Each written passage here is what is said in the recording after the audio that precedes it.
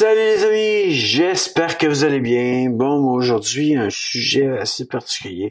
J'ai parlé des liens d'âme, j'ai parlé d'un autre genre de lien qui se forme quand il y a infidélité, en voulant dire, ou qu'il y a un divorce sans avoir eu infidélité, qui s'appelle adultère. Et là, j'ai pensé à ça, j'ai dit, il y a aussi d'autres sortes de liens, des liens générationnels, qui viennent de notre passé, du passé de plus que notre passé à nous, mais du passé de tous ceux qui sont venus avant nous. Nos parents, nos arrière-grands-parents, nos arrière-parents, nos grands-mères, nos grands-pères, puis nos arrière-grand-mères, arrière-grand-pères, et on continue sur ça. Mais ça se trouve être des liens générationnels. Qu'à un moment donné, il faut remettre ça à Dieu, il faut briser ça avec Dieu, avec l'aide de Dieu, dans nos vies. Parce que d'une manière, c'est ça, c'est des choses que on peut avoir dans nos vies. Moi, je vais me replacer. Et ça fait des fois des ravages, côté différents problématiques qu'il pourrait avoir dans notre vie, ce qui provient peut-être de liens générationnels. Que faut aller devant Dieu, demander de briser ces liens-là dans le nom précieux de notre Sauveur, Jésus-Christ, pour qu'en fin de compte, nous soyons libres déjà de ces liens-là. Et ensuite, je vous invite quand même à prier pour vos enfants quand que vous allez avoir des enfants un jour. Quand moi-même, je vais avoir des enfants, je vais prier pour eux autres pour qu'ils soient déjà libérés de tous ces liens-là générationnels. Pour le fait de briser déjà des liens générationnels dans leur vie. En tout cas, c'est pour dire vraiment que des fois, on n'imagine pas, on remarque pas, on voit pas qu'il y a certaines choses qui viennent du passé, de très loin des fois. Que c'est pour ça que je vous en parle aujourd'hui, parce que d'une manière, je me dis, c'est important que je vous en parle. Les liens générationnels, c'est des liens qui viennent de génération en génération. Des liens qui ont jamais été brisés, que parfois, nos parents, c'est pas des chrétiens ou c'est pas des croyants. Ils ont d'autres choses qu'ils font, par exemple, comme des fois de la sorcellerie ou des choses de même. Peu importe. Tu sais, je donne des thèmes directs où il y a des parents, des grands-parents ou des arrière-grands-parents qui ont abusé de leurs petits-enfants ou de leurs enfants et qui fait qu'on traîne ça dans notre vie. On peut pas savoir de où viennent des fois des choses qu'on a comme pensées. Des fois, nos pensées, nos rêves nous amènent dans des chemins que on comprend pas.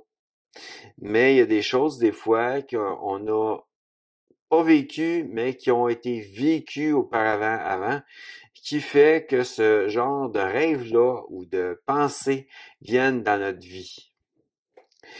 C'est pour ça que je vous invite quand même à faire une réflexion sur tout lien générationnel, lien d'âme. On l'a fait, on en a parlé pas mal, mais d'une manière, il faut aussi faire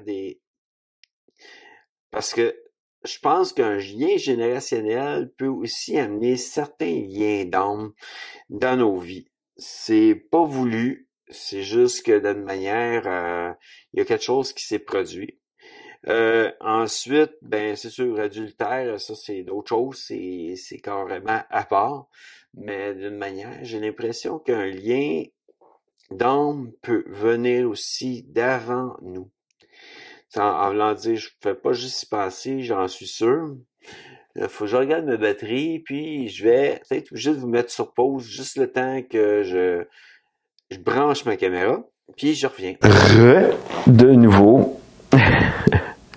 Oui, j'avais tout préparé mes fils pour pouvoir brancher la caméra et ça me rend heureux que j'aille pu faire ça avant parce que je savais qu'il restait à peu près 2 lignes, mais pas assez, pas une seule que j'aurais pu brancher direct la caméra. Faut pas user non plus la batterie trop. J'ai eu un peu ce genre de souci-là avec mon autre caméra. Mais bon, ok, on revient à nos bateaux. Ou à nous, à n'importe qu'est-ce que vous voulez, là. Mais d'une certaine façon, ok, on revient au lien générationnel. Parfois dans nos vies, je me suis aperçu même dans ma propre vie qu'il y a des choses que je vivais et que pourtant, j'avais pas la sensation que ça venait de moi. Et je me suis retrouvé à prendre un temps de prière, de briser tous ces liens-là générationnels. J'ai peut-être pas fini. Il y a peut-être des liens aussi face au travail qui me rappellent pas. Et des liens aussi face à des choses que j'ai de l'argent qui rentre pas. Que d'une manière, c'est ça. Faut briser ce genre de lien dans nos vies. C'est pas toujours évident, je vous dirais, parce que d'une manière, faut chercher. Faut chercher à savoir si moindrement il y a eu des choses dans notre passé. Moi, j'avais fait la démarche de recevoir les papiers qui me disaient c'était qui ma mère, ma vraie mère, ma mère biologique qu'on dit. Puis ça m'a donné certaines réponses et je me suis retrouvé quand même à prier parce que je me suis dit peut-être elle a été violée ou abusée par son parent ou même par quelqu'un d'autre et qu'en fin de compte, parce que j'ai su quand même qu'elle avait un genre d'handicap dans sa vie, ça a été peut-être pour ça que d'une manière, dans mon enfance, tant et aussi longtemps que Dieu n'a pas changé, n'a pas transformé mon intelligence et amené mon intelligence à être de mieux en mieux pour qu'en fin de compte, ça paraisse moins. Mais quand j'étais enfant, disons, il y avait des moments où que peut-être que ça pouvait paraître que j'avais un genre d'handicap. Mais aujourd'hui, non. Que j'ai appris par ces papiers à pouvoir briser aussi certaines choses qui ont pu être transmises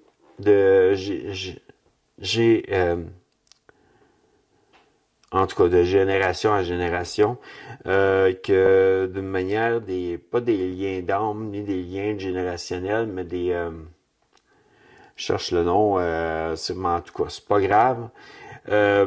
Mais c'est des choses quand même qui sont transmises dans le sang. Le lien générationnel est pas transmis par le sang. Disons que c'est des choses que l'ennemi maintient en nous, sans vouloir en dire trop, mais que d'une façon, on a eu comme un héritage qui était un mauvais héritage. Et face à toutes choses qui ont été faites avant nous. C'est pour ça qu'aujourd'hui, j'ai décidé de vous en parler un petit peu, puis vous dire, vous pouvez les briser avec l'aide de Dieu, avec le nom de Jésus-Christ dans votre prière, votre Sauveur Jésus-Christ, qui va, si vous l'avez accepté dans votre vie, puis que vous êtes rendu un enfant qui a accepté d'être l'enfant de Dieu, mais que Jésus vous a donné la possibilité d'être sauvé quand il est allé à la croix et qui a été ressuscité par son Père qui était Dieu. Que des fois, des liens générationnels, c'est des choses qu'on ne comprend pas, on ne voit pas, mais qu'on peut facilement, avec l'aide de Dieu, mettre le doigt dessus et savoir que, on en a un, on va prier sur ça, on va briser ça, avec l'aide de Dieu encore. Et après ça, qu'est-ce qui va se produire? On va être de plus en plus libre dans notre vie et de plus en plus souriant. Avoir de la joie dans notre vie et une paix comment je pourrais dire, indescriptible, impossible en tout cas à pouvoir vous la présenter comme ça, mais d'une manière, il y a une paix que Dieu met dans notre cœur face à différentes choses qu'on brise tranquillement, pas vite, dans notre vie. Que ce soit des liens d'âme, des liens générationnels, ou même si moindrement on a couché avec une femme adultère et que on s'est retrouvé nous-mêmes à être adultères, on peut aussi briser ça. Demander pardon à Dieu et briser le fait qu'on a fait un acte impur avec une femme adultère. Et je vous dirais qu'aussi, il y a certaines choses que ça peut amener la femme adultère quand on couche avec, qu'elle a été divorcée, puis après ça, bon, on a des relations avec, puis le divorce n'était pas fait comme Jésus l'annonce à un moment donné dans la parole, dans Matthieu, je me souviens plus quoi. Sûrement, je l'ai dit, non, je pense que je l'ai plus. Mais d'une façon, c'est que qu'est-ce qui s'est produit? C'est Jésus dit tout simplement, à part vous pouvez remettre à votre femme ou votre mari une lettre de divorce, à part pour en voulant dire, vous pouvez les remettre à part si moindrement la personne n'a rien fait. Si elle n'a pas été infidèle avec vous, si elle vous a pas frappé en quelque sorte de la violence conjugale, parce que d'une manière, je considère ça comme de l'infidélité, à ce moment-là, vous avez le droit de remettre une lettre de divorce quand il y a eu violence conjugale ou même tromperie, infidélité. Mais si moindrement il n'y a pas eu, puis que vous décidez parce que ça fonctionne pas et que vous essayez pas de régler ça avec votre mari ou votre femme, avant de passer à des choses qui sont extrêmes quand même, à ce moment-là, vous devenez, oui, c'est vrai, adultère. C'est une punition parce que vous n'avez pas agi selon la parole dans votre vie et que vous n'avez pas gardé votre couple comme qui doit être gardé. Bon, ça c'est encore l'adultère, on en a pas mal parlé. Les liens d'âme, on en a pas mal parlé, j'en parlerai pas du tout, mais d'une façon, les liens générationnels, c'est sûr que oui, ça se peut que dans votre famille, dans tout qu'est-ce que vous avez dans la famille, il y a eu beaucoup de divorces, beaucoup de moments où que ça vous a amené à un moment donné peut-être à décider, je suis mieux de divorcer, il me plaît pas. Puis je vais vous dire une chose, franchement, c'est qu'à un moment donné aussi, la question sexuelle, vous avez des relations, mais d'une façon, vous connaissez déjà cette base-là. Il y a mariage, mais il y a un certain ennui qui se produit parce que d'une manière, vous avez déjà eu des relations. Puis, en fait, vous l'avez connu, vous avez connu c'était quoi d'avoir des relations liées avec elle ou avec lui. Et vous décidez, non, moi, je suis plus capable, il est pas si bon que ça au lit, puis là, vous décidez de divorcer. OK, là, on va revenir sur un sujet que peut-être que vous ne prendrez pas facilement, mais ça ne veut pas dire qu'on doit essayer la personne avant d'avoir des relations, avant d'être marié. Et franchement, je suis pas pour ça. C'est sûr que je suis un homme et c'est sûr quand même que j'ai des moments où que j'aurais le goût. Mais en même temps, je me dis non, parce que Dieu m'a demandé quand même de faire selon la parole et de me marier avant. Que je me dis, OK, je vais suivre ce que Dieu dit, mais je vais être en paix avec ce que moi, je veux aller vers un jour. Connaître la personne comme un ami, et ne pas risquer de faire de quoi avec avant, même pas un bisou sur la bouche, avant qu'en fin de compte, on soit marié. Que, bon, ça, OK, la personne peut aussi transporter des liens générationnels, des liens d'âme, et ça peut vous être transmis et être transmis à vos enfants par la suite, parce que d'une manière, peut-être qu'elle n'a pas brisé ces liens-là.